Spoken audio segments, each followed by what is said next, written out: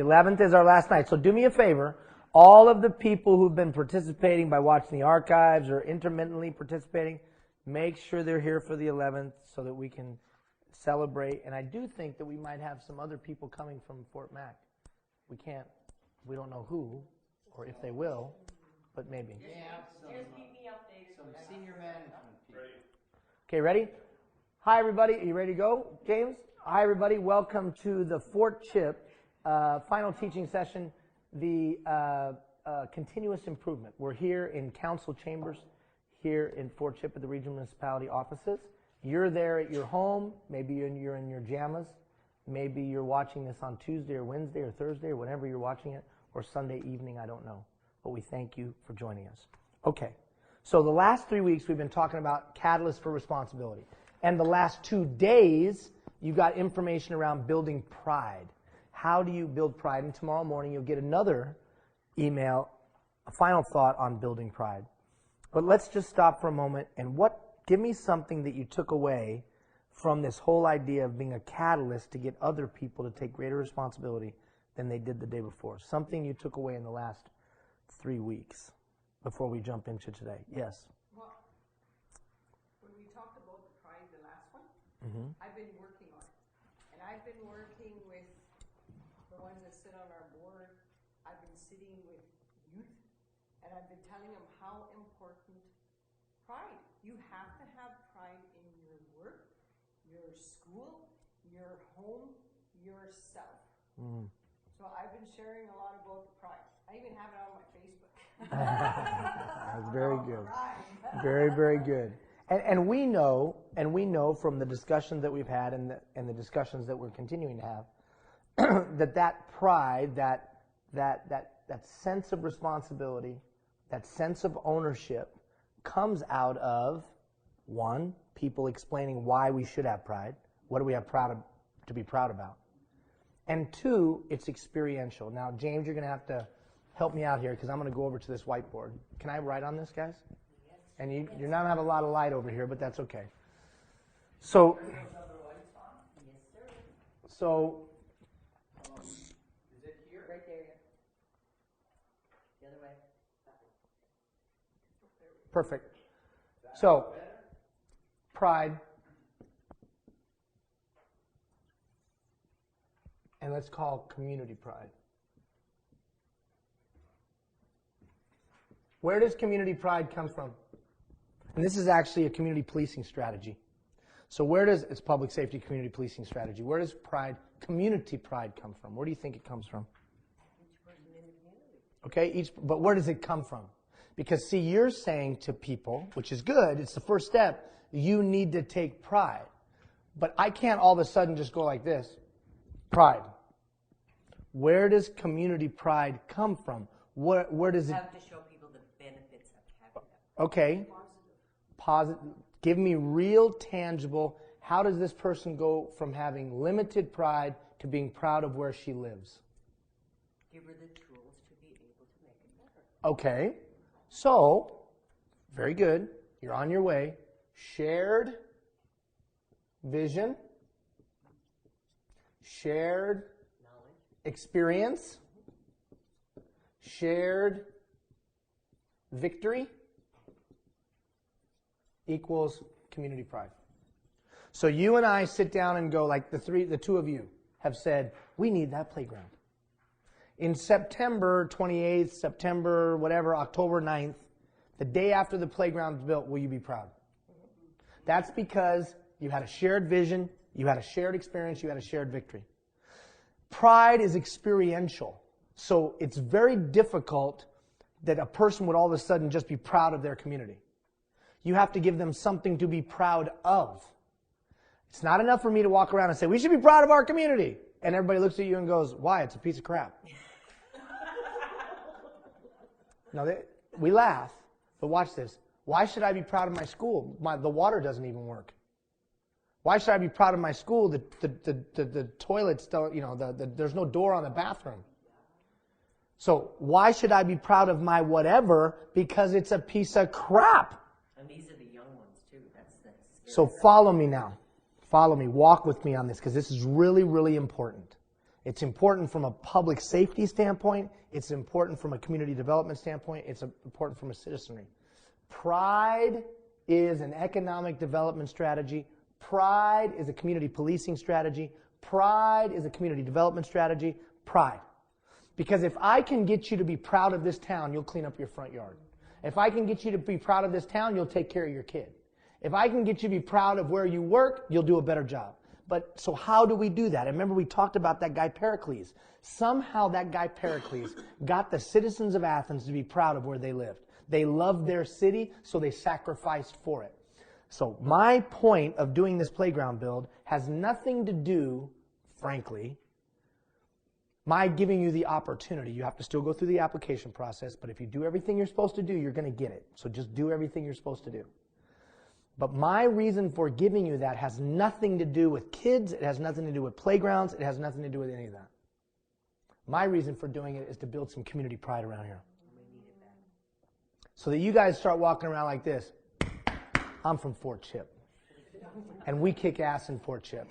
And we get things done in Fort Chip. Because if you listen to those people from Fort Hope right now, who I was just on the phone with, who at the beginning of this process, when we gave them the award, they were like this, well, we don't know if we can raise 8 cents. How are we going to get this money? Because see, originally when they applied, they had a $50,000 grant from the Ministry of Aboriginal Affairs. And the ministry pulled the grant. And even after the grant was pulled, these crazy people have raised $47,000, $48,000. After the grant was pulled, they didn't quit. They didn't quit. Now stop and think about that. Stop and think about, you have a grant from the Ministry of Aboriginal Affairs, the First Nation community now, a challenged First Nation community, who have a lot of people in that community that think victim. And then you get the grant pulled. And it would have been very easy for all of them to do what? Quit. But they didn't. We're building this playground. The pride that is on that phone right now, the pride. Yeah, we're going to get cement. Where are you guys getting the cement? We're going to get a donation from Home Depot in Thunder Bay. Do you know anybody from Home Depot? Nope. But we're calling tomorrow. So just weeks before, if we don't get that, they pulled that we can't do it, it won't be done. Community pride. So I know, and hopefully you guys are starting to understand, that if I can build up pride in a community, then people will do crazy things, crazy good things. They'll give of themselves, they'll contribute, they'll do more than you can expect. So, where does it begin? Shared vision, shared experience, shared victory. Now, from a community policing standpoint, one of the top chiefs of police in the world, Vern White, former chief of police of the city of Ottawa, now a senator, he will tell you that from a community policing and public safety standpoint, we must create or choreograph opportunities for citizens to build things together. Because when citizens build things together, they own it. And when they own it, they take what in it? They take pride in it. But don't try to fool citizens. Don't walk around and say to citizens, it's a great place to live. They all look at you and go, you're an idiot. This place sucks. That's why broken windows, write it down, broken windows. Broken windows. Have you heard the whole broken window strategy, Sergeant? So explain to everybody what the broken window strategy is. You don't want to explain it? Okay, then I'll explain it. So there's a concept in community policing that says, if this window gets broken right here, and it doesn't get fixed for a day, 2 days, 3 days, 4 days, 5 days, that what do people start thinking? They start thinking that it doesn't matter. What else do they start thinking? They start thinking nobody cares, nobody's watching, no one's paying attention. There's no one around. And if bad actors start to see a broken window in a place long enough, what do they know? That here's a place that they can operate. Because no one cares and no one's paying attention. It's exactly right. Now, you want to see this on a large, not doable, Ian, not possible, really? How did Rudolph Giuliani, the mayor of New York, turn New York around? He made an all-out commitment to cleaning the subways up. That was their strategy. We're going to make an all-out commitment. A vehicle, a subway car would come in at night covered in graffiti, and they would clean it overnight. So that the cars always went out clean, always went out clean. Then, from a community policing standpoint, they made an all-out commitment to eliminating petty crime in the subway. That meant they addressed the guy who jumped over the thing and didn't pay the quarter to get on the subway. They arrested him. Everybody. You broke any laws in a subway, they were cracking down on crime in the subway. Petty crime, petty crime, petty crime. And what they found was they busted guys on warrants. They busted pedophiles. They got all the crap out of the subway. Because New Yorkers started walking around and saying, what? Wow, it's clean. Wow, it looks good. Wow, it doesn't stink anymore. We can be proud of our town. Wasn't it Joanne that talked about this last time, that she went to New York and she had a completely different perspective? That was a result of establishing no more broken windows. No more broken windows. No more broken windows. No more graffiti. Eliminate, eliminate, eliminate. Why are we proud to live here? Because the place is clean. Why are we proud to live here? Because we all work together. Why are we proud to live here? So from a community standpoint, if I was looking to build community pride, I choreograph an opportunity for a shared vision, shared experience, shared victory. Now, what's the easiest way to do that? Pick out what? Pick out something that everybody agrees is broken and get it fixed immediately. That little victory leads to, what do you think? More victories. And the next thing you know, the downward spiral, nothing works around here, everything sucks around here, we can't get anything done around here, turns into an upward spiral. We got it done. We made it happen. Here we go. Economic development. You want to see a phenomenal, and you probably have heard this story, phenomenal economic development story? Sangudo, Alberta. Sangudo, Alberta built a playground, built a skate park, built their fitness park. 310 people turned out on a build day where there was only 300 people that lived there. I don't know where the other 10 people came from. Entwistle, I guess. I don't know what they were doing. But they came. Today, they have a new hotel there. They have the hydro co-op. They have other business co-ops. It's phenomenal what they've done. Now, was it all because they built a playground? No, I'm not saying that. But it was another step in shared victory, shared vision. Shared vision, shared experience, shared victory. So this pride thing isn't just a warm and fuzzy. Because we've all been to towns where the people take deep pride in their community. Have you been to a town like that? And have you been to a town where people take no pride in their community? So I suggest that today's community builders must use pride as a tangible strategy for economic development, for community engagement, for community development, for reduction of crime, for increase of graduation rates. Because here's the final thought on this. Usually when we talk about pride, we talk about it in an athletic context. Well, that team had great pride. Okay. Do you know of some, let's use an athletic metaphor. Do you know of some athletic teams that are always winners? Name an athletic team that's always a winner. Scotcher Riders. Okay. Okay, maybe not. Maybe not. I love them. That's right. We still love them. But we still love them. No, in all sincerity, name an athletic organization that is consistently a winner. New York Rangers. Okay, New York Rangers, New York Yankees.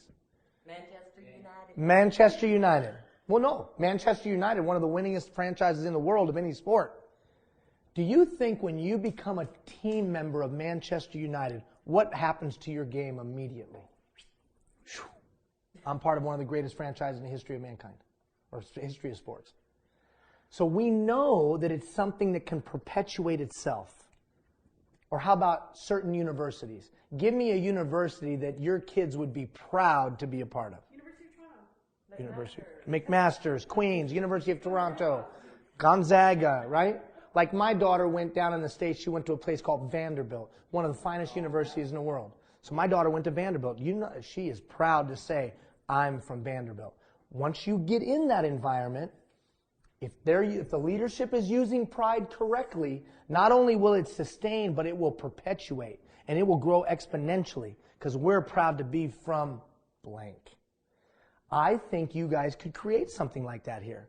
From a community development standpoint, from a community policing standpoint, the impact of that is exponential. So what would be some of the impacts from a community policing, from community development and economic development standpoint, if we could increase the community pride quotient, whatever the hell that means, but if we could increase the community pride quotient by 20% in Fort Chip, what do you think the result of that would be to economic development, community development, and public safety?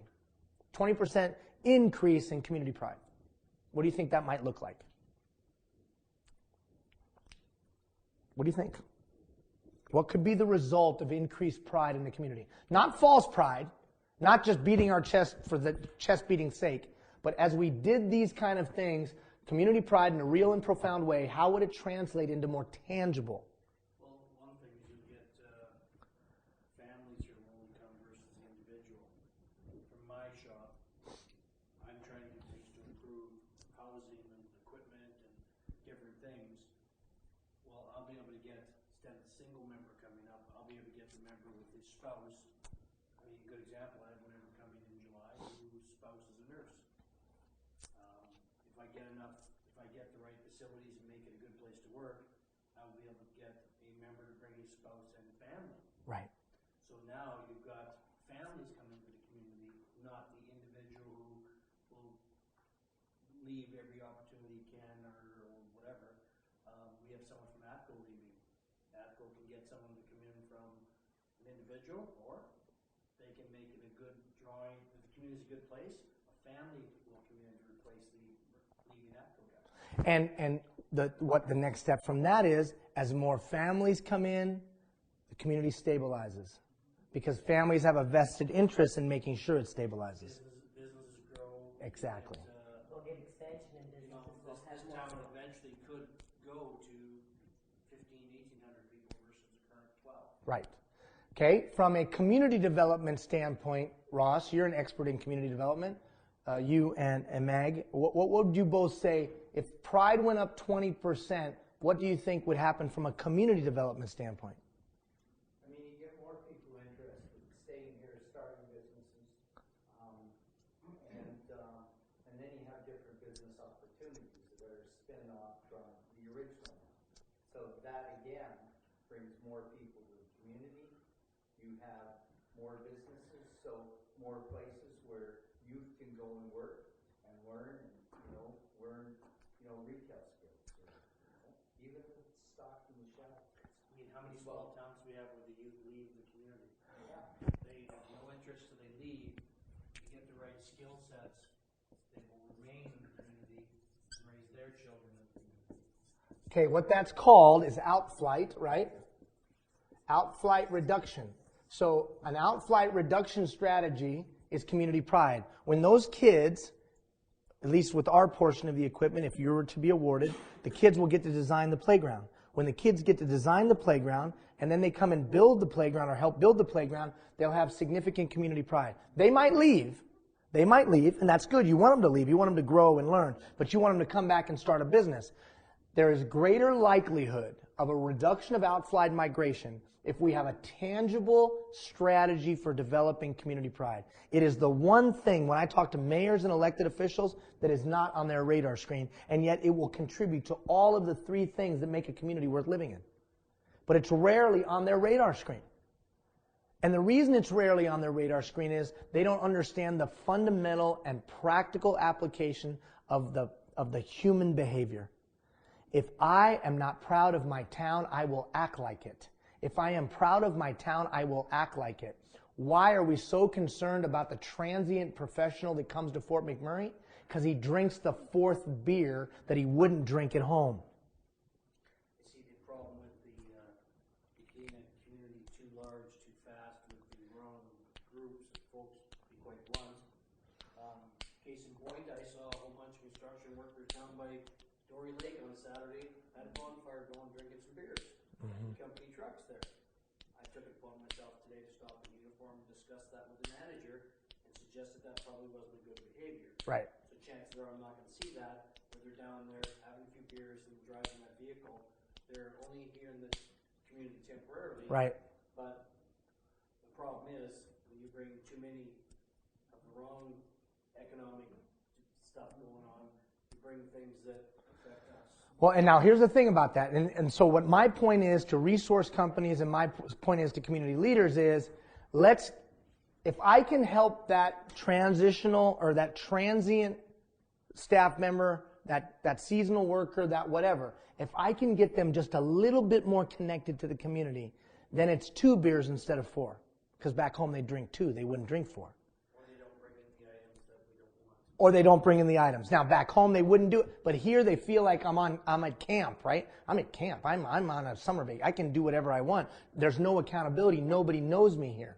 So, but if I can get them to feel a little bit connected to community, they're less likely to exhibit those kind of goofy behaviors that they wouldn't exhibit back home.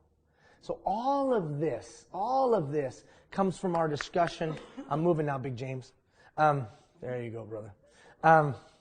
Give him a heads up. All of this comes from our discussion on pride. Now, to some of you that are more healed in community development and things like that, and to all of you, have you ever thought of pride this way? Have you ever thought of it this way? No. You lived it in that town in Newfoundland, or you lived it in some place that you lived, or you lived it in your family, but you haven't thought of it on a global level. And yet, the example that I gave you 3 weeks ago at Athens, how were the Athenians, why is that town still talked about literally thousands of years later? Because they loved their town with a pride unlike had been seen before and since. They loved their town, and they fought and died for their town. That's how much they loved their town. Now, we don't need to die, thankfully, anymore for our communities, but we do need sacrifice for community. And the way you get sacrifice is you intentionally build pride. Final thought, and then we'll move on to our, because I didn't complete a thought a moment ago. Community leaders, elected officials, and executive leaders of a municipality must intentionally do these things. If they don't, here, you got it? If community leaders, both formal and informal, don't take steps to build pride, why does it not get built? Why did pride get built 100 years ago and today it doesn't get built? Does anybody? Okay, but why don't people step up today? Okay, watch. In the past, if I wanted to build a town, we had to have a shared vision. There was a shared experience. There was a shared victory. Because routinely, hey, we need a church, or we need a mosque, or we need a synagogue. So we had to build it, and then we had a shared victory. And hey, gotta come help me build my barn. Okay, I'll be right there. And we share, and we built, and we did. Now let's go to some other. Let's set aside the people that came across the prairie, and let's talk about people that have been here forever. Why was there pride in their nation? Why was there pride in indigenous peoples in their nation? Why? Because they had a shared vision of what their nation was about. They had shared faith and shared values, and they had a shared experience. Remember when we made it through the winter of 25 years ago? Yes, we remember that. And the great spirits came and helped us, and the people, our forefathers, came and guided us through that difficult winter, and they took pride that they were able to survive, and they had a shared victory. So they took pride in their nation. And what's interesting about that, if you talk to First Nations people on either side of the North American border, and you talk to the elders, they talk with a sense of pride of their nation. So this isn't just Europeans. You go all over the world and you would see this. Elders or community leaders used this in an effective way. So now watch what happens. We get civilized. We get civilized. And all of a sudden somebody else starts building something for me. All of a sudden somebody else starts maintaining things for me. All of a sudden somebody else starts taking care of things for me. And all the opportunities to build pride go away. Because all I do is I go to work, I come home, I get my paycheck, I go to work, I come home, and I'm never asked to share a vision. I'm never asked to share a common experience with my community members. And I never deal with the adversity that can turn into a victory. Oh, I've got challenges with my bills, and I got problems with my kids, but we don't have a shared experience unless you're Slave Lake and a huge tragedy happens, and then we bounce back from it, and we're proud that we bounced back from it. Other than that, how many would agree with me, we very rarely have a shared adversity. That's not good. We remove self-reliance, we remove self-determination, we remove all those things that are necessary for this. So that's why this doesn't happen much anymore. So for us, what we learned was, that the playground built or anything like that could be a source of community pride. Choreograph, we almost make it up, right?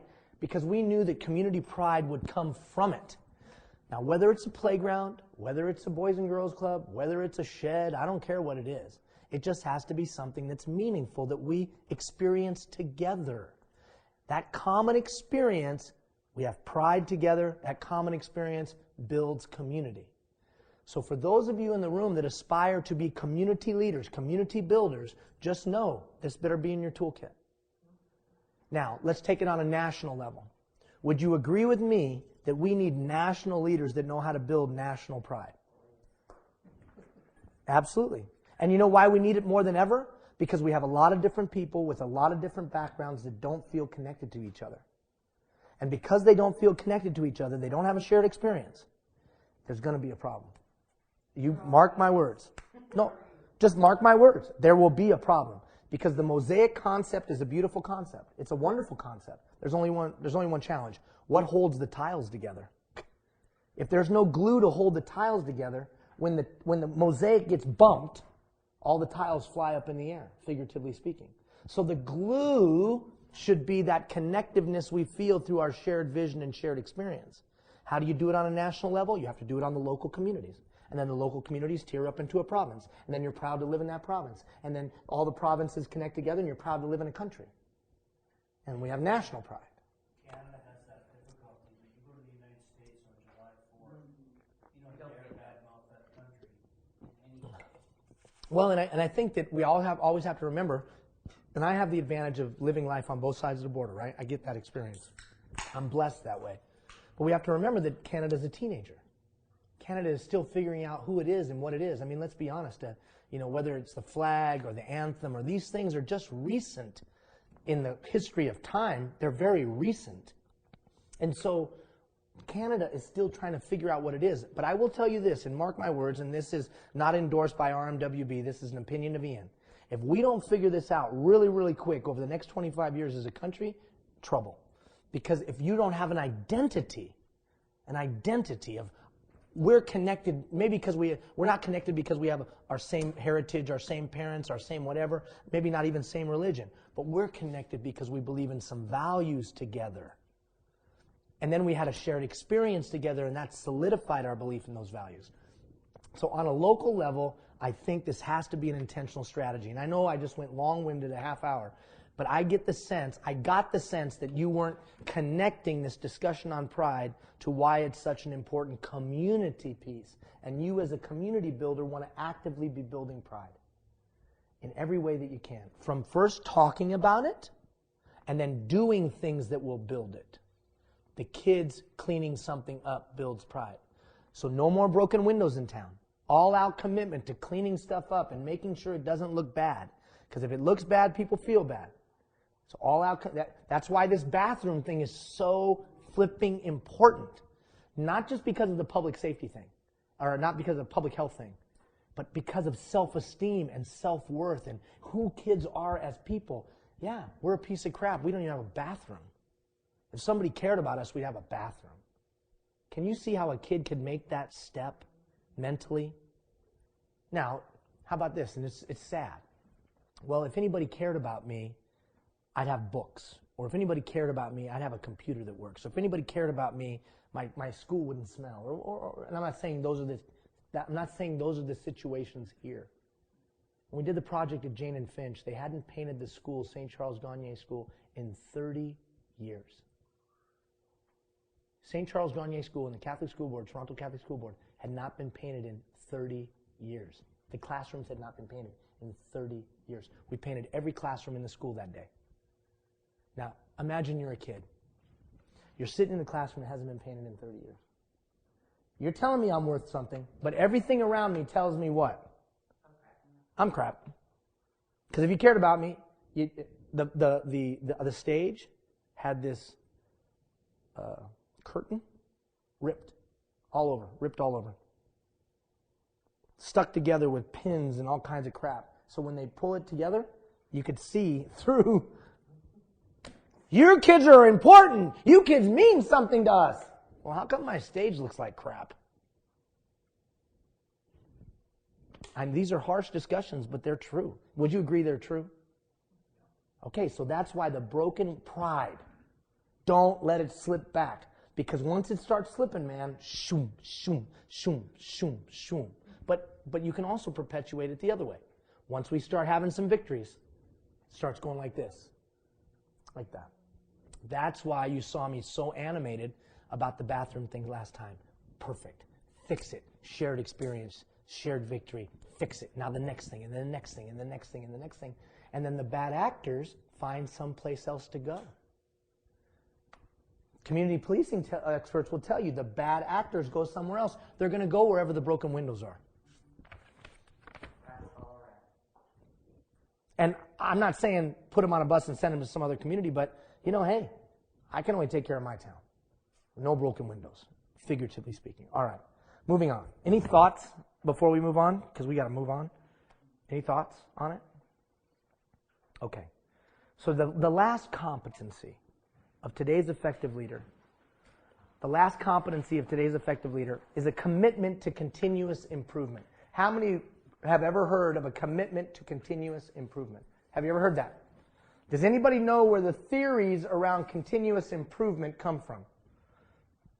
Does anybody know where the theories around continuous improvement come from? Does anybody know? Okay. The theories, well, first of all, has anybody heard of it? Okay, somebody tell me what you know about continuous improvement. Continuous improvement, what do you know about it? What's the thought, what's the theory, what's the whatever? Continuous improvement. Anybody? Total quality management. Okay, but unpack that a little bit. Good job, Patricia. Come on, girlfriend. Yeah, woot woot. Total quality management. Yeah, what's up? So unpack it a little bit. It's a business strategy, isn't it? Mm-hmm. It's like the bottleneck. Mm-hmm. Total quality management for a company would be like believing in you're only as good as your weakest link, and that would be for everybody from cleaning staff to admin staff to Everybody. Executives. Okay, perfect. Very good. Now, where did it come from? So a little leadership history now. Where did it come from? After World War II, the Allies, specifically the United States, realized they had a problem. The problem was they just destroyed a country. And if they didn't rebuild the country, Japan, if they didn't rebuild the country and get the country to stand on its own, they would be carrying this country. Otherwise, the country would slide into, starts with a C, communism. So we better step in and make sure this country doesn't slide to communism, because we got Mao Zedong over here in China. So the only way to get this country turned around is get it economically developed. So they grabbed a guy. His name was Deming. And they grabbed Deming and they said, hey, Deming, you're a business guru. You're a lecturer. You do analytics. We want you to go to Japan. And Deming was like, oh, why? Well, why am I going to Japan? Because you're on a mission to rebuild the manufacturing sector of Japan. Because if we don't get Japan back on its feet quick, it could slide into something we don't want it to be. And that's the reality. So Deming goes. He gets to Japan. He looks around and he comes across a cultural concept. Very important. He came across a cultural concept. And the cultural concept was the concept called Kaizen or Kaizen.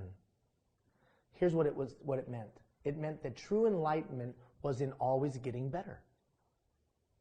See, in North America, we have a little bit different perspective. Our perspective is that one day we're going to do this.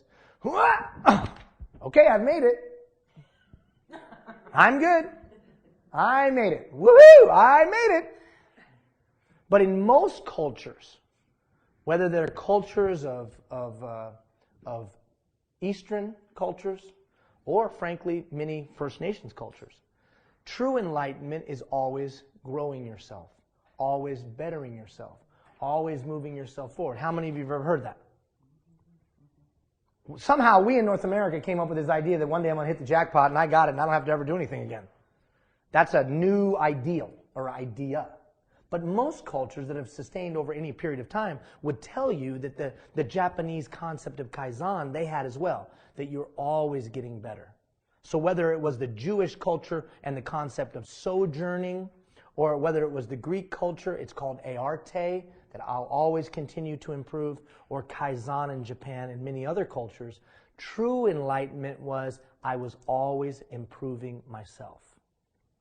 Well, he looked at that and went, whoa, that's a tremendous competitive advantage. Because he said, what if we were always improving the manufacturing process before a customer complained? What if we were improving efficiencies before our bottom line was affected? What if we were improving service before someone said our service sucked? What if we cleaned things just before it got dirty? This could be big. So he took a cultural piece that made a people who they were, and he took it and translated it into business. 6 Nations of the Grand River. So I was in 6 Nations of the Grand River one time. All of you know where that is, Southern Ontario. And I said the same thing, because they had asked me to come and talk to them about their suicide rate, and they had asked me to come and talk to them about their dropout rate. And I looked at the elders, both elected officials and spiritual elders, and I said, why in the hell did you invite me here? For thousands of years, you've known how to run a town, and you've known how to run a nation. Why all of a sudden, when you got to the 21st century, did you forget all that? Give me a break. You do not need me. And how many of you know I thought I'd never be invited back? But of course they invited me back because they know I was speaking the truth. So just like Deming took a key aspect of a culture and applied it, I've encouraged First Nations people to take key aspects of their culture and deploy it within the context of business or community or the like. That's what Deming did. He said, Kaizen, we'll always get better before it's broken. We'll always clean it before it gets dirty. We'll always try to improve, even though everyone would say it's great. How many say that's pretty cool? So you know what he did? He rebuilt the Japanese industrial sector. Why did Japan do so well? Because Deming helped rebuild it with this concept. Then Deming came back to the United States and Canada, and he helped the big three become the big three. Deming was the father of a management philosophy. You've heard it, management by walking around. And so many other concepts came from Deming, this guy that went to Japan to rebuild Japan. So the concept, I have spaghetti all over this, very nice. That is... Absolutely. And you know what? Because they stopped continuously improving. They let things get dirty and didn't clean it. And how many of you agree with me? It's a lot harder to clean it once it gets dirty. So continuous improvement. So look at this. A couple of things. Once you think you have arrived, you've already started your descent. So once you think you've made it, you're already going backwards. Look what I say here. It's a lie that things will stay the same. It is a lie that things staying the same is the ideal. There is no safety and security in things staying the same. There's only safety and security in learning to adapt, overcome, and continuously improving. If we can establish continuous improving as a part of our being, If one can establish continuously improving as a part of their being, they dramatically increase their chances of personal security. So if you want to be secure as a human being and make sure your family's secure, it's not going to be because things stay the same. It's going to be because you learn to adapt and overcome and continuously improve. That you bring into the essence of who you are this concept of Kaizen or sojourning or Earte or whatever the culture that you borrow from is. So why don't we continuously improve? Fear. Okay, fear. So write that down. We don't continuously improve because of fear. Why else? We plateau. What's that? We plateau. Okay, we plateau. Why else don't we continuously improve? Procrastination. Now think back to some of the things that you've learned over the last 12 weeks. Think about why behaviors don't change. Think about why behaviors stay the same. Think about that. Why don't we continuously improve? Based on some of those reasons.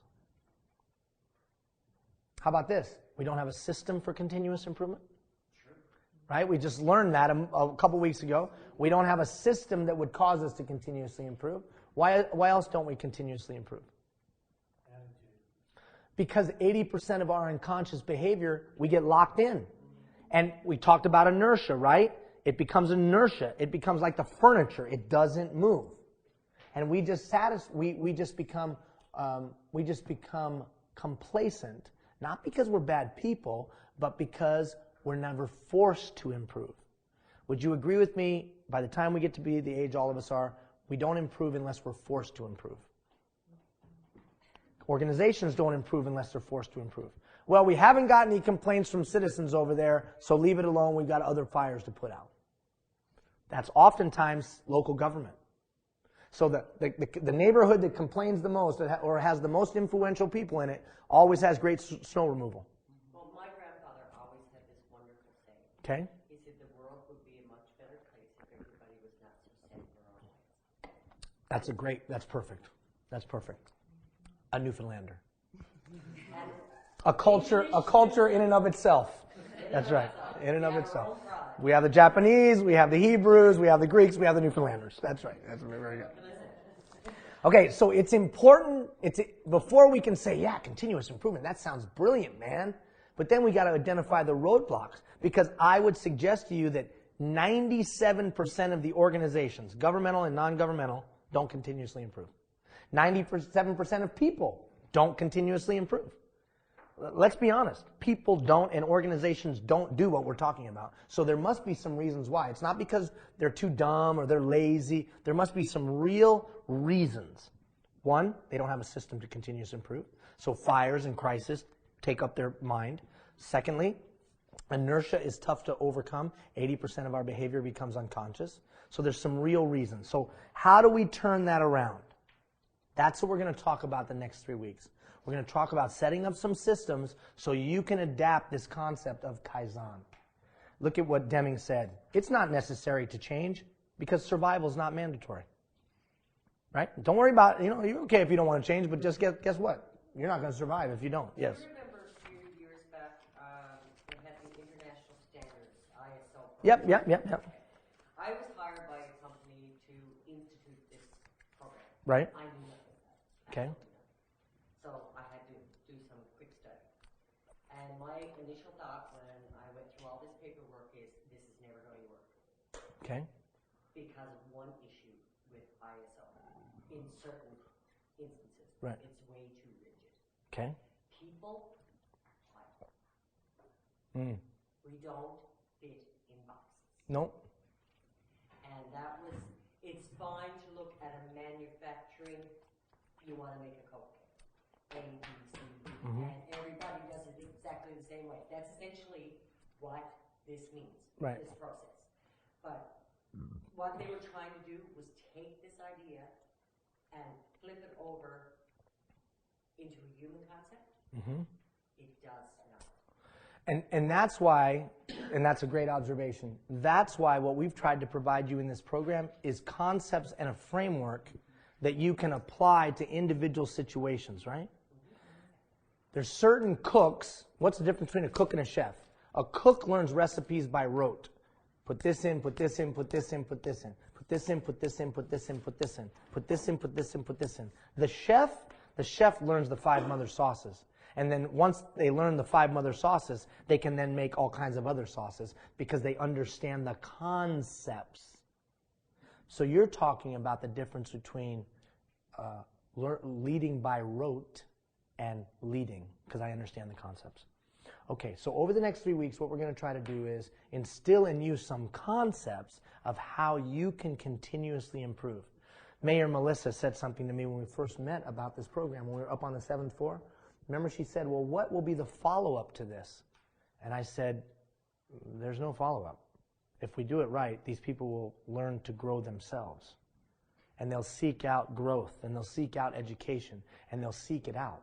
Because I can't be the beginning and end. That would be foolishness. What we want to build is learners. This we want has to be self-perpetuating. It must be. But to do that, some people sometimes need some guidance to get it to that place. There's a general down in the States named General Petraeus. He said that if the United States military was to be successful in the 21st century, it must become a learning organization that learns its way and learns its way. He was talking about continuously improving. He just put different words on it. So what I said to Mayor Melissa that day, I'd say again. If she was sitting in front of me, I'd say, I love you, you're a great lady, but guess what? if you really want the community to grow, we got to create a community of learners that don't need somebody from the outside, right, to get it going. Right, that they can do it from within. All right, moving on. So go to this page really, really quick because we don't have a lot of time because I spent so much time yapping about pride. Let's go. I'm gonna read I'll read them randomly. You give yourself a survey. So what's the final competency? Commitment to continuous improvement. Practices ongoing personal and professional growth and development. So I have life and career goals and a plan for attaining them. I adhere to an organizational core values and professional code of ethics. I have a professional development plan for learning that will enhance my effectiveness in my leadership. I have a healthy life balance, mind, body, and spirit. I promote the value of learning in myself and others. I initiate and maintain networks of other professionals and leaders. I actively seek information that will enhance my knowledge. I participate in new opportunities. I actively participate in professional associations and professional certifications. Okay, so as you're doing that, circle 1, I'm nothing like that. 10, I'm totally like that. Sorry, James. 1, I'm totally like that, nothing like that. 10, I'm absolutely like that. Okay, over the next 3 weeks, we're going to unpack 3 things. First, we're going to unpack your pattern of thinking. Because as we've talked about before, when we talked about outside the box thinking, it is your patterns of thinking that will dictate your actions. Then we're going to talk about the engagement approach to planning and then sustaining the momentum. We're going to talk about those first 2 tonight. And we got to do that quickly because we got 25 minutes. Okay. What's a pattern of thinking? Remember when we talked about systems thinking? What's a pattern of thinking? If you remember, we talked about outside the box thinking. We talked a little bit about patterns of thinking. And I told you we would do this survey. What's a pattern of thinking? What do I mean by a pattern of thinking? Paula? What is it? The consistency of thought. Okay, so a pattern of thinking is this. I see a problem, and I approach it the same way. I think certain things sequentially. Or I see an opportunity, same way of thinking. Do you know some people in your life, you heard me say this before, that always seem to come up with bad decisions? Bad relationship decisions, bad financial decisions, they just make bad decisions. Yeah, they might want to change their pattern of thinking because it's obviously leading them to bad choices. Keeps me employed. Keeps me employed. I love this guy, man. You know what? I can seriously, honestly say that I love you. I'm serious, man. Over this 12 weeks, I've come to love you, man. Because number 1, you say what's on your heart, which I appreciate that. And number 2, just in some goofy, crazy way, it always has wisdom in it. It's the goofiest, craziest thing. Anyways, okay. So that's what a pattern of thinking is. Why does that matter? Because our thoughts become our actions. They become our deeds. So here, I'm going to have you take your little survey. Let's see what your patterns of thinking are about. Now, 1, not like that at all. 10, totally like that. Do I take credit for positive events or give them up to chance? Which one? When something good happens, do I expect more good things to follow or do I view positive happenings as a fluke?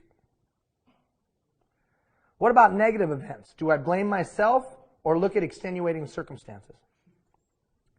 Do I look at one negative event as evidence of more negative events to come? Do I tend to encourage myself mentally or do I berate myself inside? Here's one. Would I talk to a friend or a precious child in the way I talk to myself? Exactly. All right. Now, quickly, listen up. Now, I'm going to give you some patterns of thinking now. Give you some patterns of thinking. Well, Ian, this sounds like kind of like the power of positive thinking. No, it's not that at all. Just follow me on some patterns of thinking and see if any of these apply to you. There's a pattern of thinking called magnification minimization. That pattern of thinking is it's the customer service representative that only notices the complaints. They magnify the negative, they minimize the positive. Do any of you know somebody like that?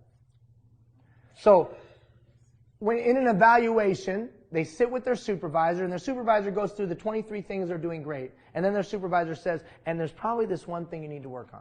And what's the only thing they hear as they walk out of the office? That one thing. They magnify, they minimize. magnify, and minimize. Another form of this pattern is called catastrophizing. Do any of you know people who catastrophize? The whole world's coming to an end! What happened? My casserole fell, don't you know? And everyone's coming over right now. They'll be here in 10 minutes. I have nothing to serve them. That's right. Okay, how about this? Now, this is an important one. Emotional reasoning. Emotional reasoners will consider their emotions about a situation as evidence that it's fact, as opposed to looking at the facts. Like, here's one. I'm mad at you, so you must be wrong. How many of you know somebody like that? My mother. My mother. That's right. I'm angry with you, so you must be wrong. How about this one? I feel completely overwhelmed, which means it must be a problem that can't be solved. I feel completely overwhelmed, so there must be no way to solve this problem. Those are emotional reasoners. They use their emotions to draw a conclusion. Can you see how that pattern might cause a problem?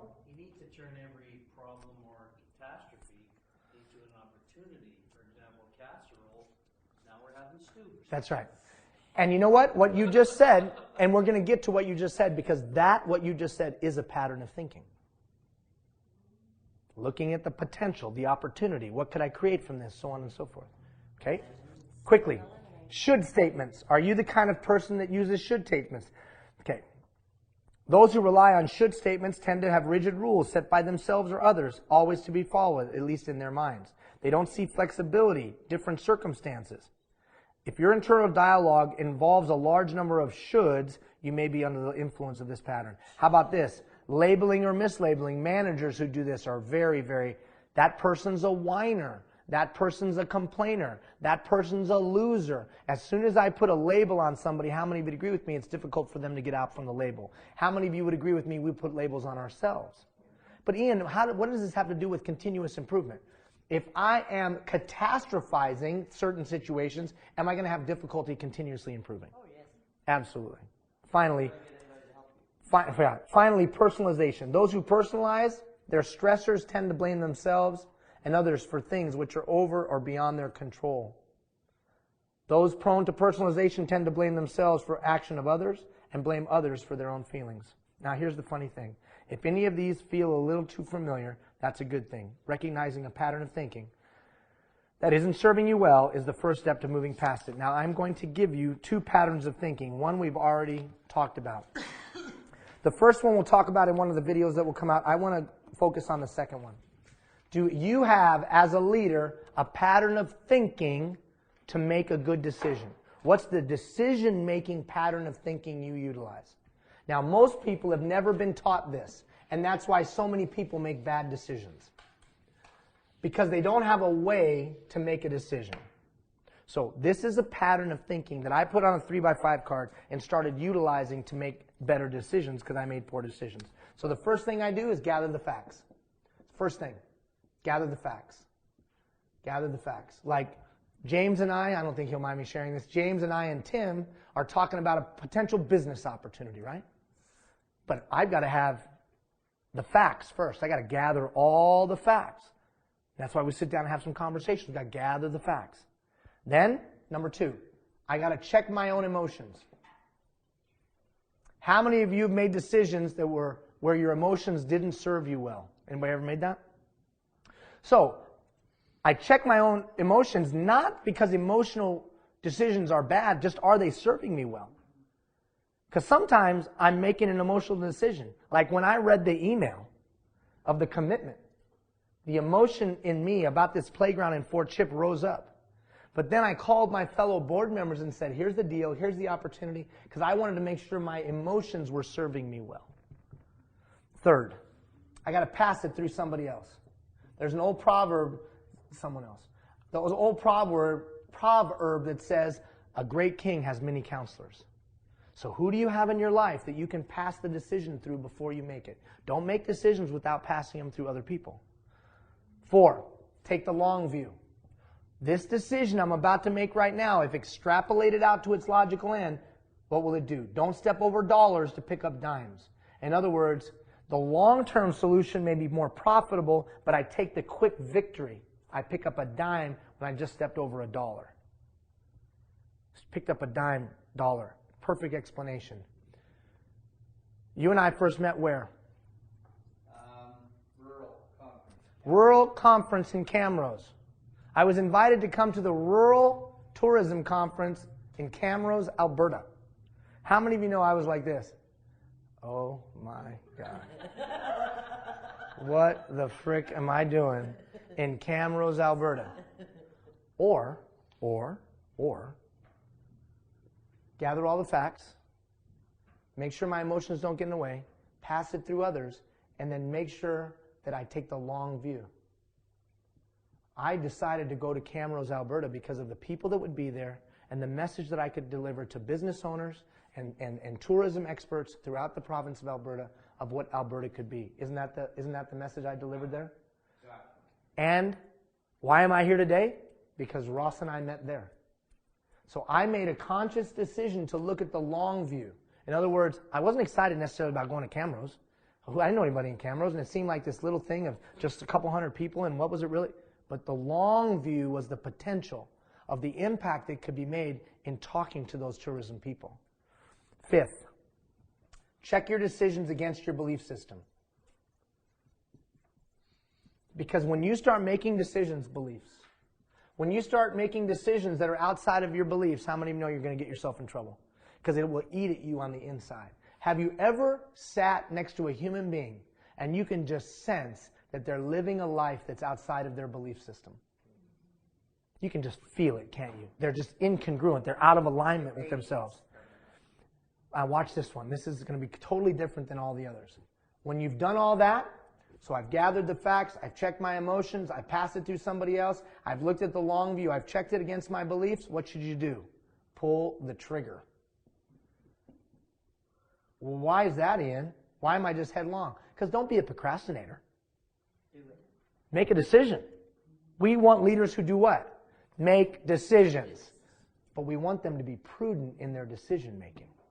I don't like your pattern of thinking. Cool, just have one. I'm okay if you don't like it, but tell me how you came to the decision that you made. Give me some logical steps that you've taken to get me to the decision that you made. So that you can teach decision making to others. Because up and down the chain of command, do I need people that know how to make good decisions in my organization? Yes, I do. I don't want them to be robots to always have to come to me. That's why we did the delegation matrix, isn't it? So that we could delegate things out. So I've got to teach good decision making. Again, you may not like my pattern of thinking. That is fine. Just make sure you have your own. And then when you get to the conclusion that it's a good decision, you must do what? Pull the trigger. Why? There's nothing more frustrating than a leader that is what? Indecisive. Yeah. Make a decision. See, too many people are worried about upsetting others. Make your decision. Not everyone's going to be happy. It's just the way it is. Now, the beauty of utilizing some pattern like this is, more times than not, I'll get a reputation for being a good decision maker. And as I have a reputation for being a good decision maker, people are more forgiving of when I make a bad decision. Patterns of thinking. The point is, do your research and make the decision. Don't sit on it. Agreed. Agreed. All right, now I want to talk about planning. Planning.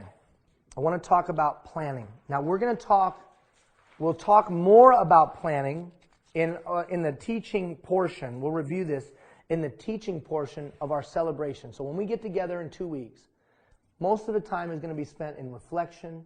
It's going to be spent in dialoguing what you learned and then giving you your final exercise. But we will spend a little bit of time on teaching, okay? Socrates that said the greatest and most admirable form of wisdom is that to build human plans. But what's a plan? See, I think if you're going to continuously improve, you got to build great plans. And I don't think you can build great plans today without knowing how to engage other people. Agreed, but you have to engage other people to help you build that strategy. So what's a plan? I know this is going to sound very simplistic, but let's get on the same page. Words are important. A plan is a list of actions arranged in whatever sequence is thought likely to achieve an objective. That's a plan. For me to build a good plan today, I need your input, your input, your input, your input, your input.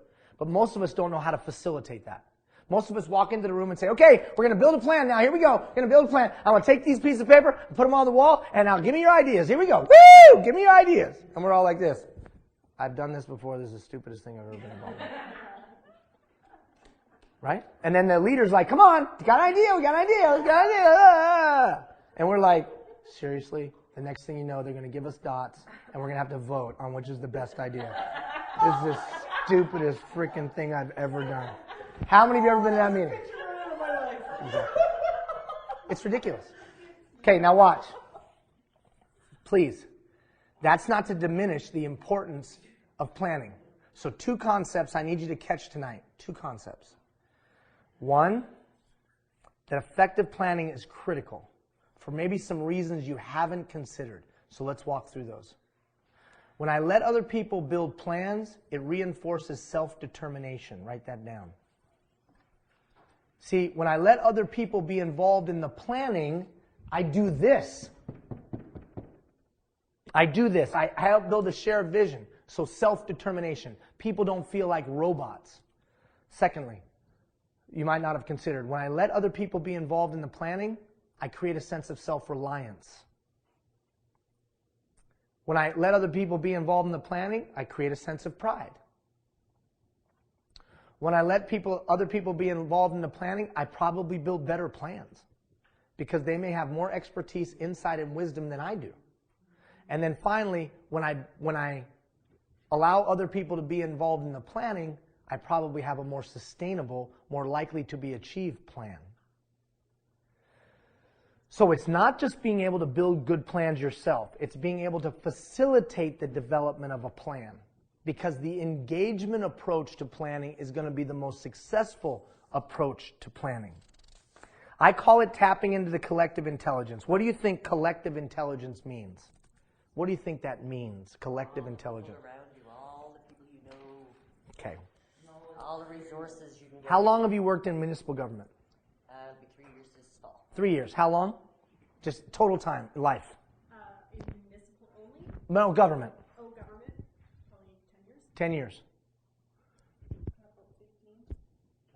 25. So just right here on this side of the table, we've got like 40, 50 years of experience. If I'm a good leader today, I take that intelligence and I can draw it out and I can use it. Because my intelligence in and of myself is too limited. It's too limited to solve the complex challenges of today. The problems are too complex and too multifaceted for me to solve them on my own. I've got to figure out a way to tap into the collective intelligence of all these people. So any group, the town, 1,200 people, I've got to figure out a way to tap into the intelligence of 1,200 people. Their life experience, their backgrounds, their talents, their interests. If I can figure out a way to do that, am I going to come up with a good idea at least once a year? I am. I'm going to come up with a good idea at least once a year. So I would suggest to you that it's not about me having great ideas. I don't need to have great ideas. I need to just be able to facilitate great idea development. If you're planning for a year, sow rice. If you're planning for a decade, plant trees. If you're planning for a lifetime, educate people. Good plans shape good decision. That's why good planning helps make elusive dreams come true. All right, I'm going to walk you through, and we'll talk about it again in a video, but I'm going to walk you through how I would tap in to the collective intelligence of this group right here in the room. This is how I would hold a brainstorming session, okay? So here we go. First thing I'm going to do is clearly define the objective. So we're all in the room. Okay, everybody, I've gathered you here today because we have a problem to solve. And then I would be clear about what that problem is. Problem, right? And I would say, this is what we're all going to solve. And all of you would say, yes, that's what we're going to solve. And then I would say this, I want to hear everybody's idea for the next 15 minutes or 20 minutes. Everybody's idea for the next 15 or 20 minutes. Now, so far, these first 2 steps, all of you are like, yeah, I've heard this before. No problems, Ian. No problems. So we're going to gather ideas. We're not going to judge them. We're not going to attack them. We're not going to do anything with them. We're just going to gather the ideas, gather the ideas, gather the ideas, gather the ideas, gather the ideas, gather the ideas. End of the time. We've gathered the ideas. Now, most people at this point do this. All right, we've got all these great ideas. Thank you very much. Now let's go ahead and let's pick them apart. Let's pick apart the ideas. Here we go. How many of you ever had that happen next? There's only one problem with that. I'll never give an idea again. Why will I never give an idea again? Because you just picked them apart. So here's what we're going to do, and this is important. We're going to depersonalize the ideas. How do we do that? By combining and refining. So we take these three ideas and we combine them. Now they're not your idea, they're our idea. Then I combine these three because they're similar. And then I combine these two because they're similar. So wherever I can combine and refine, I do to depersonalize the idea. So I'm not going to, evaluate the idea, punch holes in the idea, discuss the idea till I've combined them and refined them. So to depersonalize them so no one feels attacked. Because often in the human dynamic, I will say, well, I don't like that idea. But really what I'm saying is, I don't like you. So I'm just beating up your idea. So by combining and refining, we depersonalize. Now we can evaluate the idea in a meaningful and tangible way. So once I've combined and refined, now I'm going to assess and analyze. But I'm going to do that through the lens of effect. Well, if we did this idea, what would be the effect? When we talk about it, what would be the effect? What would be the effect? What would be the effect? Once we've done that, we'll kind of get rid of some. Well, that wouldn't be a good effect. That wouldn't be a good effect. And then we'll have a couple left. They're depersonalized now. We've vetted them, we've assessed them, and we've talked about the potential effect. So what are we going to do? Now we're going to start organizing them into a plan. Right? So we'd say, well, this will probably be, this could be step 1, or this could be step 2, or this could be step 3. Or what we might do is build steps underneath those ideas. Steps underneath those to help us build our plan. Then I'm going to do this. Okay, let's take this one right. We talked about the steps. All right, everybody, tell me the actions that would have to happen for this to occur. And you'd all tell me the actions. And then I'd say, all right, tell me the timelines of these occurring. Timelines of these occurring. Timelines of these occurring. And you would tell me the timelines. Well, we could do this in a week. We could do this in a month. We could do this in 4 months, whatever. By the time I've got to that place, whose plan has it become? So it's not just Ross's idea. It's not Ian's idea. It was our idea. So first thing I did was we clarified what we're trying to solve. I then set a time frame for the ideas to come forward. Then to make sure that nobody had too much control or sway, or that no one was offended, or that no one would attack anyone else, I combined them to depersonalize them. Now we're just evaluating the idea. We're not evaluating the idea giver. Once I've done that, now I can assess. Once I've assessed, I get rid of the ones that don't make any sense from an effect standpoint. And then I can build some action steps and timelines underneath the ideas. Then my only role is to do what? Look at the bottom, just to follow through. Because you told me when you said you were going to do that. You told me what you were going to do. You told me the sequence that we would do it in. Now my only job is to hold you to what you said you were going to do. Now, over the coming weeks, I'll send you a little bit more information on this. And I really want you to pay attention to it, because if I can come to a public meeting, or if I can come to a group dialogue, and I can facilitate this kind of discussion, whether I'm the leader or not, I will probably generate better ideas. And there'll probably be ideas with timelines and task list, and there'll be ideas that will sustain longer. There will be 2 videos put on the website that are outside of the discussion. One of those videos will be how to implement change. So, because what's the next step from this? The next step from this is implementation. So it's not enough just to have a good plan. How do I implement the plan? So that video will be called Mastering the Power of Change. So sometime in the next 3 weeks, it's about 22 minutes. Just go in and watch it. There's a handout that goes along with it. It'll give you a step-by-step way to implement change in a group, or implement change in an organization, or frankly, implement change in a community. It talks about setting up a change team and things of that nature. The bottom line is this. Over the next 3 weeks, we're going to focus on tapping into the collective intelligence. Do you know how to build a good plan? Because good plans lead to continuous improvement.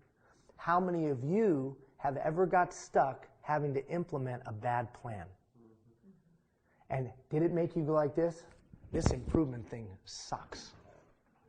So one of the reasons we don't continuously improve is because we have such bad plans to implement to improve.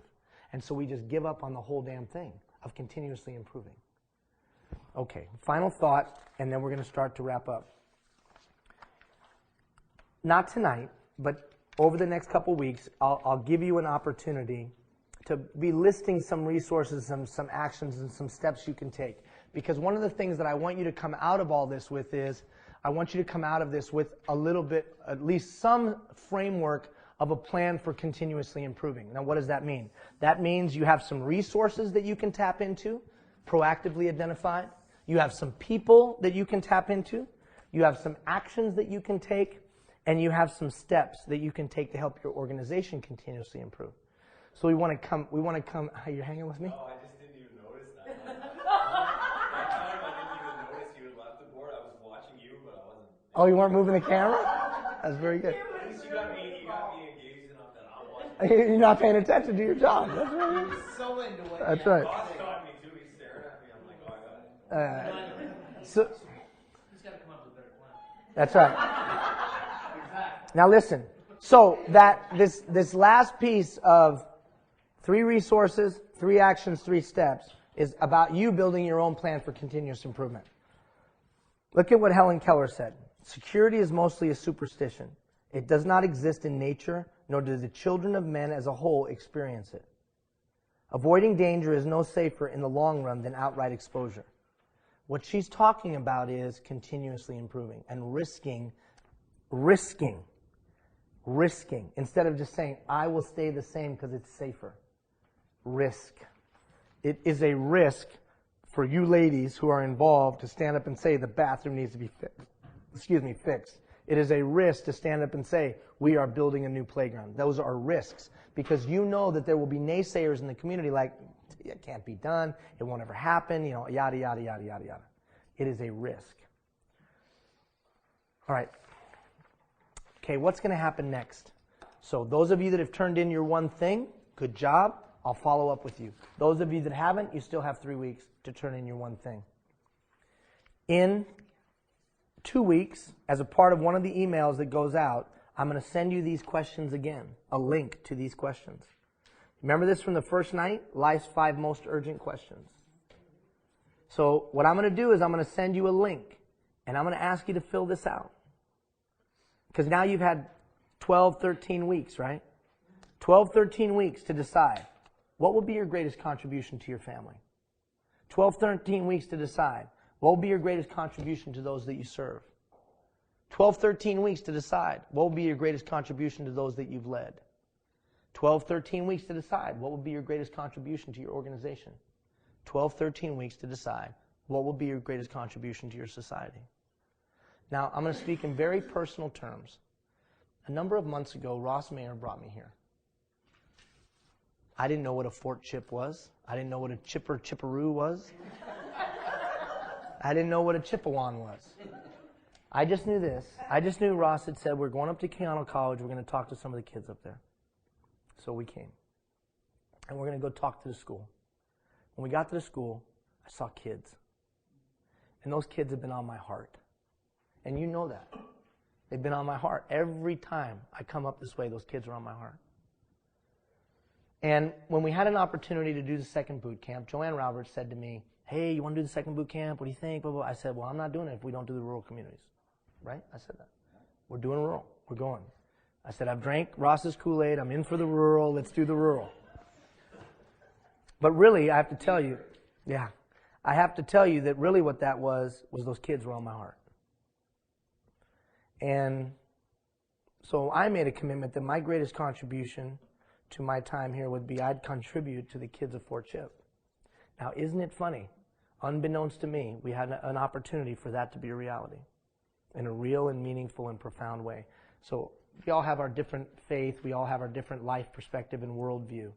But whether you believe in cosmic coincidence or you believe in the hand of divine providence, life has given me a chance to actually do something tangible to help the kids of Fort Chip. So for me, this is about leaving some. What will be your greatest contribution? Well, maybe my greatest contribution will be that you guys go and take something you learned and transform this community. And that you guys take the energy that you had coming in, you've now got a toolkit, or you got a tool or two in your toolkit, and you go and do something great. Now, I'm not saying it'll be because of this program, because obviously you already had some energy and you had some excitement and you had some victories behind you coming into this. I am saying, though, that for whatever reason, the stars have aligned and we can do something cool. And whether it's fixing the bathroom thing, or whether it's a playground, or whether it's something else that we haven't even talked about, economic development, community development, safety, whatever it is. But I would say this. When you look at these 5 most urgent questions, I'm looking at them through the lens of what will be my personal contribution to this community. Frankly, a community that after next 2 weeks from now, I may never come back to again. But I might not. You know what's funny? I have to tell you, Doreen, so oftentimes I don't come back. Just life takes me in a different place. And I'm kind of that way. Wherever life leads me to go, I'm going to go. So I might never come back after 2 weeks from now. But my greatest contribution will be that I can look back on this place and know we did something different around here. But for that to be a reality, it won't be because I did anything. My legacy will be because you did something. So if you took something, anything from this program, you remember you got this freaking thing for free. Nobody made you pay a penny or a dime. You have an obligation to the RMWB who paid for this thing. You have an obligation to the taxpayers who paid for this thing. You have an obligation to the family that you sacrificed time away from to be here. And you have an obligation to the citizens of the area to take what you learned in these 12, 13, 14, eventually 15 weeks and go do something. So hold on one second. So when I send you this email, I expect you to tell me what your greatest contributions will be. Does that make sense? That was long-winded, I know. Go ahead. Absolutely. That's right. That's right. Yes. Were you raising your hand? No, you weren't raising your hand. Okay. That's right. We may not have paid for this course, but it certainly isn't free. And if we consider it to be free, then we just wasted our time coming. That's right. That's right, Sergeant. You're right. And Ross and I talked about this today. This is probably the last boot camp. I'm done for a while. I've been coming here for 30 weeks, man, okay? I'm done with you people. Let me just say it right here. And I'm sure that people are done with me. Because at some point you get tired of hearing the same crap over and over from the same guy. The same jokes probably got to be getting old. I mean, come on. For James and him and even Mag when she comes down to John D.A. I mean, So it's just... That's right. For now, it's run its course. I've done what I can do. So I would say to you, it's probably not happening again. At least not anytime soon. So I would strongly encourage you, take these 5 questions seriously. I mean it when I say they are life's 5 most urgent questions. We long for leaders that put these questions in the forefront of their minds. Because they're outward-driven questions. They're what can be done for others. They're not about what I will get. They're from the inside out. They start from the inside and work themselves outward all the way to the next generation. We need leaders like this. And the one thing that I've been incredibly... I've told the story of you people over and over again, haven't I? I told it today, didn't I? I'll get emotional about it because I'm tired. But I told these people, RMW employees, about all of you. And I told what you were doing and how you were committing and what you were trying to improve and better and the thoughts you had and the dreams you had. I didn't share specifics of anybody, but I know the commitments that you've made. You've sent them to me. And I shared the general spirit, didn't I? And let me ask you, because you were in there, you were there that day, you were there today, and I didn't tell you I'd ask you this. Were you inspired by what they were doing? Yeah, you guys set the bar. Big time. Big time. I think a lot of people who are sitting there and being active listeners and taking part, but we all feel a little fire under our tushes as we go forward. That's for sure, because of what you guys are doing. How cool is that, man? It's huge. That's cool. That means an RMWB staff were inspired by the people of Fort Chip, the citizens. Now, does that build some pride? Okay. So next time we get together, we'll have some time of celebration. We'll have some time of some dialogue because I want to unpack some things. And then we'll have there is a final test or a final assignment that you'll be asked to do. And then we'll have a good time handing out some certificates. Yes? I think Tana has something to say about what's going on at the school, and then there was an announcement. We got that part. We're done like dinner. Okay, what's happening in the school?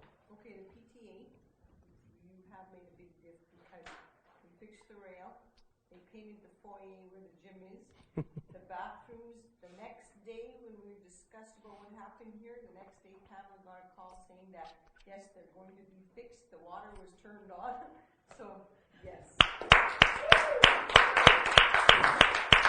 So now, let me ask you, what's the next step after that? So you guys kick butt. Now for money, like for trying to get fundraising now, we did a pizza delivery. And what are you going to do with the money? Now we're going to think, well, what's next needs to be done. Okay. For So the school, for right. the kids. So the bathroom issue is completed now. Okay. They're working on finishing it, but the water's on, things are cleaner, things are being repaired, and they're finishing the balance of it. And when do you anticipate that it'll be up to where it needs to be? What have they told you? It's going to keep on going, take Okay. one day at a time. Okay. And the fundraiser the fundraising that you're doing, is there anything specifically that you're fundraising for? Right now, we just decided that we know that the kids need like new gym stuff. We know that there's like desks. We know that they need pencils because they always run out. Okay. After half a year of school, they run out of pencils. Yeah, all the supplies are gone. Yeah. Supplies are gone, so we said, well, this is where our money is going Perfect. to. All right. Well, that is a very, very exciting news, and congratulations to you, and pass that on to the rest of the group, right? From all of us, right, guys? Right. That's awesome. And I want you to know that I shared your story with Glenn, the CAO of the Regional Municipality of Wood Buffalo, at breakfast last time I was here, because it was the next day that I had breakfast with him. I told him about what you guys were doing. He said, please keep me appraised, so somebody needs to take that back to Glenn. Maybe you already have, I don't know. Okay, so you already have. But you know, guys, this is what community is about. It's not the government's job to solve every problem. And you guys stepped in, and you're making progress. As far as the playground thing goes, you need to put in an application as soon as possible. Just go to the website, put in the application. Make sure you put in there, we talked to Ian about this, and then they'll start the application process. You'll go through an interview process. It is rigorous. Even your kids will be interviewed. The kids of the community will be interviewed. So, and then that way that on the other side, if you do what you're supposed to do and you get the award, there'll be a sense of victory in the community. We won. And then we'll look at, let's get this, since you already have an existing playground, our award will enhance that playground, and then we can do a community build day hopefully sometime in September before the snow flies so the kids can enjoy it when they come back, right? Okay, we'll see you, remember now, in 2 weeks, so it's the 11th, right? June 11th here. Same time. And remind people, even though they haven't come, even though they may have been participating online, to come and join us that night. Thank you for your time.